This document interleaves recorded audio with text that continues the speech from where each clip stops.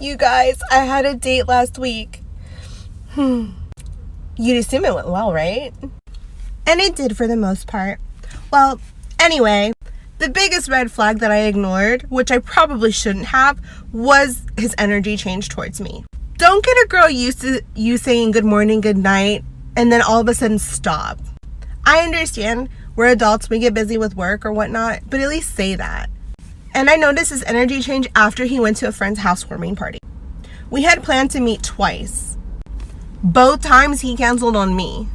So we finally are able to meet up and we go on a date. Things go well. He asked to hang out again and I was like, sure, why not? Tell me why this man ends up ghosting me after telling me he had a good time and asking if I'm free again Sunday. But not really ghosting me because he's still watching my Instagram stories and still following me. When they say somebody pissed in the dating pool, that's an understatement. More like they had explosive diarrhea up in that bitch. Okay, got a lot to dismantle here in her little rant. First thing that she said was this guy ghosted her not once, but twice. And as a guy, you know there's only one reason why you ghost a chick in the first place. It's because you've lost attraction for her. And usually this happens after you've already had sex with her. So clearly she's already slept with this guy. Okay, because as I've taught you guys, these girls who make the beta males wait weeks, even months, sometimes even years to have sex with them, even just get like a kiss on the cheek. When it comes to the chads, these girls will drop their panties the very first night they meet them, if not on the very first date, right? They will sleep with this guy very quickly because they have what we call FOMO, right? Fear of missing out. It's like, here's this hot guy. I better give him what he wants because I don't want to lose him. So they kind of sink into this scarcity-based mindset. Bet you didn't think women could do that, right? Women sink into this scarcity-based mindset when it comes to the alpha males, the bad boys, the chads, right? They sink in that scarcity-based mindset because it's really hard for them to come across that. They come across tons, okay? Tons of beta males, tons of nice guys.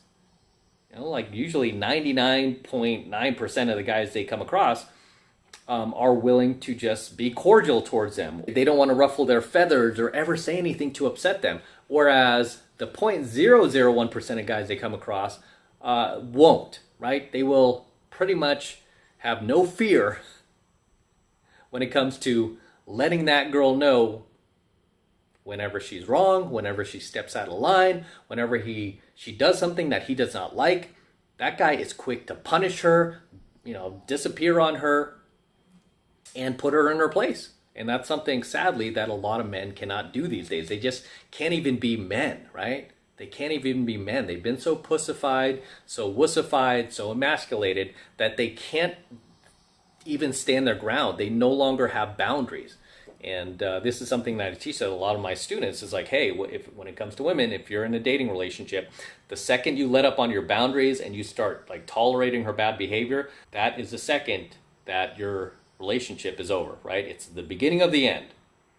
And I've never seen any different in my, years of teaching dating advice, years of teaching pickup. Every single guy I've ever met who's been in a relationship, who's come to me for coaching, hired me for coaching, it's always the same story, right? It's always the same story. The moment the guy started to compromise with her a bit too much, started to give in a little bit too much, tried to make her happy, kind of forgot about himself, made her the star of his movie, that was the beginning of the end.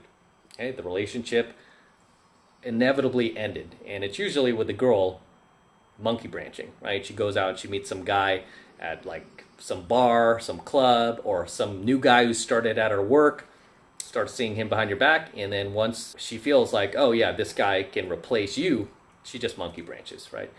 Anyway, not to get too far off topic, her little rant was very, very telling. Okay, she also mentioned something about, girls, these are some red flags. And I hear a lot of women who are Chad chasers constantly complain about guys with red flags. Okay, because I will tell you right now, nice guys, simps, beta males, they don't really give off red flags, right? Because they're really willing to do whatever you tell them to do. They're willing to comply with every demand that you throw at them. So these guys don't give off red flags. You know what gives off red flags? Chads, Pookies, Tyrones, Ray Rays, the type of guys that get these girls wet. So, also very interesting. I've seen a few of her vids, right, on social media where she was kind of making fun of guys that she met online. She was like, "Oh, look at this guy, ha ha ha!" And, "Oh my gosh, this is hilarious!" And she was kind of poking fun at them. So clearly, this guy got through the door, right? And the reason why he flaked on her, like I said, was because he lost attraction for her. Okay, and usually for guys, it's like we don't even really know how we feel about the girl until after sex. That's when like reality hits, and you no longer have that shiny object syndrome, and you kind of see the girl for what she is, and you're like, okay, she wasn't as cute as I thought she was, and she kind of has some disgusting habits. She has some weird mannerisms that are kind of a turnoff, and you start to notice these things. So undoubtedly that happened to her, and undoubtedly this guy was at least 3 to 4 points above her own physical attractiveness as far as the look scale goes. Okay, and I've said this before. This is the reason why these girls end up in these situationships with these guys that they can't peg down, that they want so bad, but they can't get them. Because they are going for guys who are 3 to 4 points above their own level of physical attractiveness. So this is constantly going to happen. I've mentioned this before. The reason why this is happening is because of social media, right? Social media, dating apps. If you look at their DMs or their inbox on these dating apps, I mean, they're getting flooded with messages. Even a chick like this, who I think is below average. I don't find her attractive, me personally, right? But then again, I am a professional pickup artist, and I would never approach a girl like this, right? I would, no way. But there are a lot of guys out there who are on these dating apps, on these, on these social media platforms, who are desperate, right? They're desperate. A lot of these guys, because they have no game, because they have no social skills, they tend to shoot their shot online because you don't really have to deal with upfront rejection from the girl like you do like in reality, right? It's very different when you're online, when you're in this virtual world to, like DM a girl and hope she DMs you back, because at best she'll just block you, just never respond or ignore you, right? In reality, these girls will, they can get pretty mean, they could get nasty, they could come after you and be like, "Oh, you short, fat, bald, ugly little man," and it could kill your ego. Whereas online, you have a lot more flexibility and anonymity for that part, for the most part. So you have a lot of these lower tier males just bombarding these girls with messages and compliments and favors and offers to give them whatever they want. What's happened over the last decade or so, that internet, dating apps, I should say, dating apps and social media has become mainstream, is women's perception of their physical attractiveness has gone through the roof to delusional levels. Okay? I mean, talk about delusions of grandeur. So many of these 49ers these days, right? And a lot of these women who are DGs and single moms, they've kind of taken this to the next level, right? Any attention they've gotten online and all these messages they're getting from these lower value males that they would never date in reality, they've allowed that to turn them into monsters. The reason why they do that is because it's easier to delude themselves into believing they're hotter than what they are than it is to face the truth, than it is to face reality that, hey, I'm damaged. Hey, I'm 53 years old. Hey, I'm a single mom with 4 kids out of wedlock with 4 different baby daddies. It's easy for them to delude themselves into believing I'm so hot, everybody wants me. Look at me. Even though I have 2 kids out of wedlock, I still deserve the chads. All this attention I'm getting. And then they go out there with this mentality thinking that their value is much higher than what it is, when in reality, obviously, the market is giving them feedback. The market is always going to tell you the truth, okay? The market is always going to be honest with you. This is why I'm totally against just interfering with the economy, interfering with the free markets, because people will always vote with their feet. So you see a lot of these average looking girls trying to land the chads and they cannot. There are thousands of these videos out there, not just on TikTok or Instagram, but all over the place. Thousands of girls like this, just completely baffled that the Chad will not give them anything more than sex. He won't take them on dates. He won't, take them to dinners. He won't commit to her. He doesn't want to meet her friends or family. He doesn't want to have anything to do with her outside of sex. He doesn't even want to see her before midnight. And he doesn't want her staying over. Well, he wants you to leave right after. But these girls are like, no, why is he doing this? These bad men and all this. And it's like, girl, this is what's going to happen. Whenever you try to go for somebody who is 3 to 4 points above you on the look scale, which this chick, I have no doubt she's doing. Okay, this is going to repeat itself. You're just going to find yourself in these perpetual situationships because a guy who is 3 to 4 points above you on the look scale knows that. Okay, he knows that. And he knows that he could get better. It's not that that guy doesn't want a relationship. He just doesn't want a relationship with you. And the reason why he doesn't want that with you is because your physical attractiveness is not at the level where it needs to be. What he's used to getting. It's the same thing with me. I mean, as a guy, right? As a guy, our sexual marketplace value is not just tied to our physical attractiveness, right? It is a little bit. It is, especially initially when you first meet the girl. She wants to make sure that, you look clean, you don't look homeless, you have a nice smile, you have a nice face. There's not as much emphasis on physical attractiveness as it is for women, at least, as it is for men. Like, we need that, right? Because we're such visual creatures. We need the girl to be hot. And when she's missing things, we're not going to want to go any further with the girl. Okay? If she's cute enough, maybe just sex.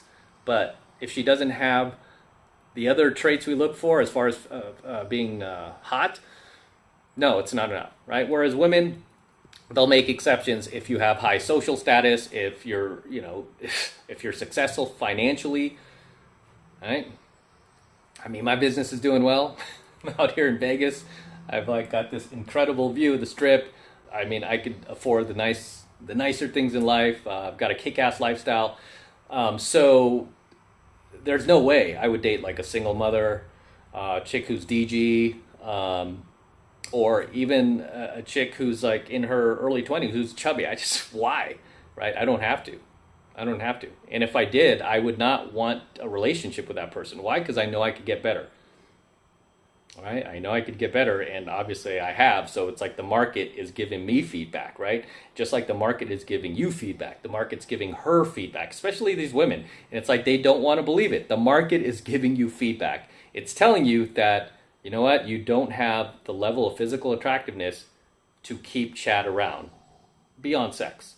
You don't.